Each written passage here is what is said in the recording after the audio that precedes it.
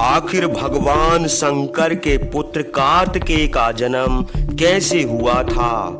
क्या भगवान शंकर का अग्नि के समान तेज को पृथ्वी ने धारण किया था? भगवान शंकर के तेज को गंगा जी ने धारण किया था? क्या कुमार कार्तिक माता पार्वती के पुत्र हैं? क्या कुमार कार्तिकेय पृथ्वी के पुत्र हैं या गंगा जी के पुत्र हैं?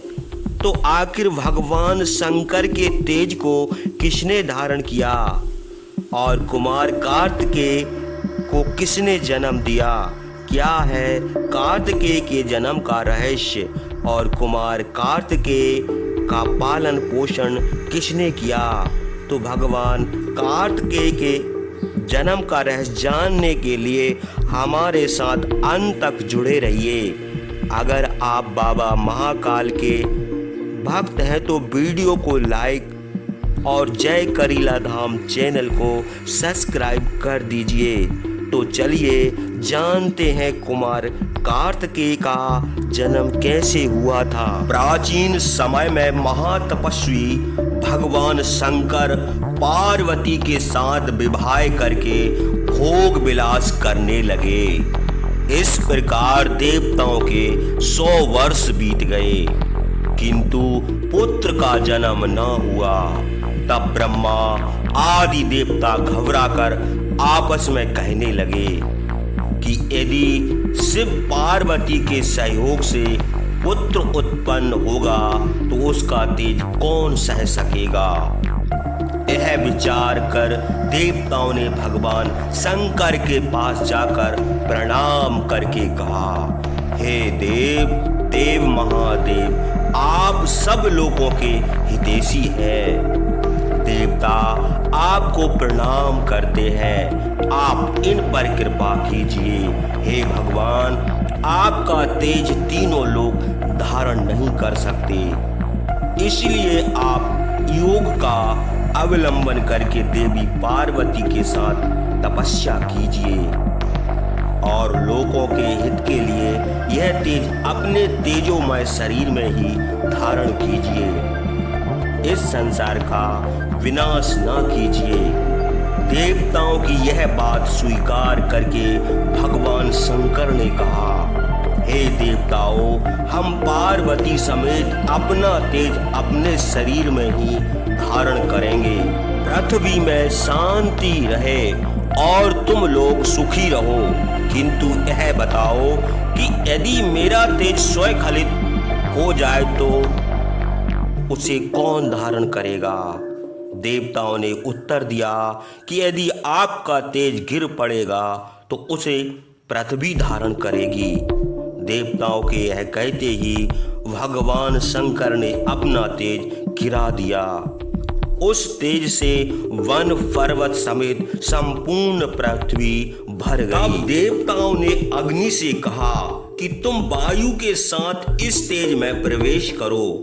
अग्निदेव ने देवताओं की आज्ञा अनुसार जब उस तेज में प्रवेश किया तब सूर्य और अग्नि के तुल्य वह तेज श्वेत पर्वत और दिव्य शरीर स्वरूप हो गया।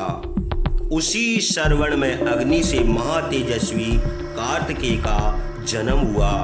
देवता और ऋषियों ने प्रसन्न होकर शिव और पार्वती की पूजा की। उसी समय पार्वती ने क्रोध से लाल आंखें करके देवताओं को शाप दिया, हे देवताओं, मैं पुत्र की लालसा से अपने पति के साथ भोग विलास कर रही थी।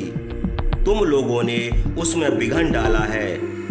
यदि मैं श्राप देती हूँ कि अब तुम लोग भी अपनी स्त्री से संतान उत्पन्न नहीं कर सकते। तुम्हारी स्त्रियां संतानहीन होंगी। देवता को यह शाप देकर पृथ्वी को भी शाप दिया, हे पृथ्वी, तुम्हारे अनेक रूप होंगे और तुम अनेक पुरुषों की भार्या होगी। हे मूर्खे, तूने हमारे संतान होने में विघ्न डाला है, इसलिए तू हमारे क्रोध से संतान का सुख न देखेगी।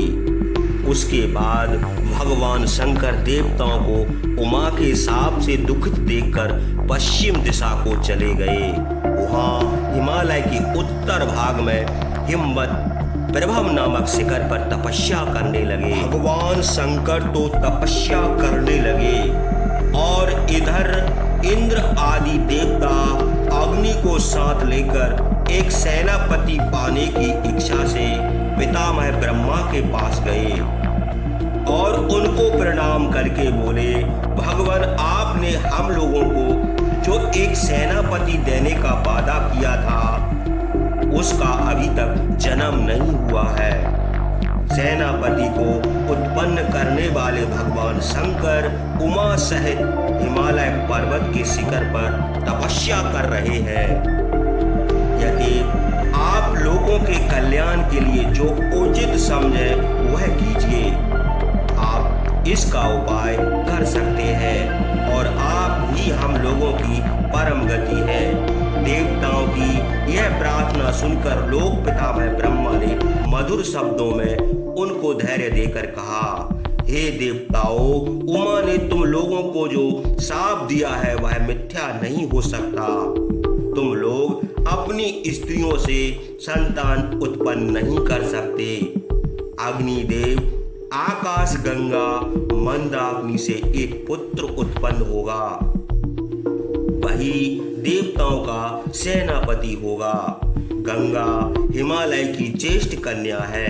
वे अपने पुत्र को अपनी छोटी बहन उमा का पुत्र मानेंगी और वह पुत्र उमा को भी प्यारा होगा। हे रघुनंदन, ब्रह्मा की यह बात सुनकर देवताओं कृतार्थ हो गए। उन्होंने पितामह को प्रणाम करके उनकी पूजा की।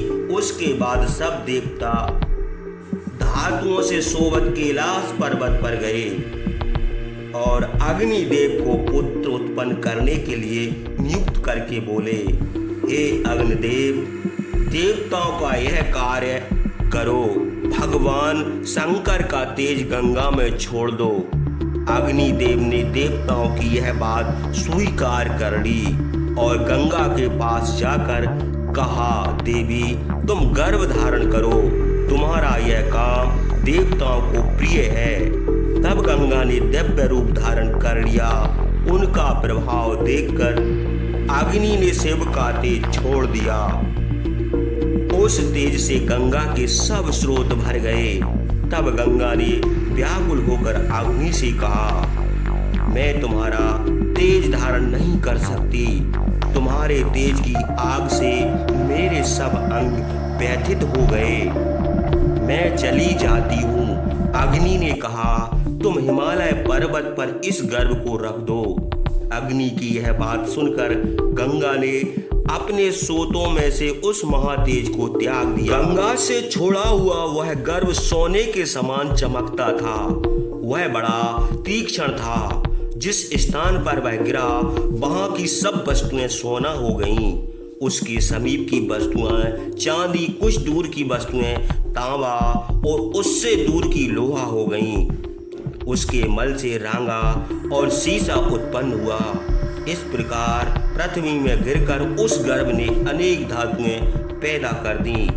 जिस स्थान पर गंगा ने उस गर्भ को त्यागा था वह श्वेत पर्वत समेत सर्वर्ण सुवर्णमय हो गया। हे रघुनंदन, उसी समय से अग्नि के समान चमकीले सुवर्ण का नाम जात रूप हुआ, क्योंकि उसने अपना श्रेष्ठ रूप प्रकट किया था। उसके बाद उस गर्भ से कुमार की उत्पत्ति हुई। इंद्र और सब देवताओं ने उसको दूध पिलाने के लिए कृतिकाओं को नियुक्त किया। कृतिकाओं ने देवताओं से यह तय कर लिया कि दूध तो पिलावेंगी, किंतु यह हमारा ही पुत्र कहलावे। तब देवताओं ने कहा, हे कृतिकागण, यह पुत्र कार्तिक कृतिका का पुत्र नाम से तीनों लोकों में प्रसिद्ध होगा। देवताओं की यह बात सुनकर कृतिकाओं ने गंगा के गर्भ से गिरे हुए अग्नि तुल्य तेजस्वी उस कुमार को स्नान कराया। गंगा का गर्भ गिरा, उसी गर्भ से यह कुमार उत्पन्न हुआ, इसलिए देवताओं ने उसका नाम स्कंद रखा। उसके बाद कृतिकाओं के स्तनों में दूध उत्पन्न हुआ उस कुमार के 6 मुख थे। उन वह 6 कृतिकाओं के स्तनों से दूध पीने लगा। एक ही दिन में दूध पीकर वह बड़ा हो गया।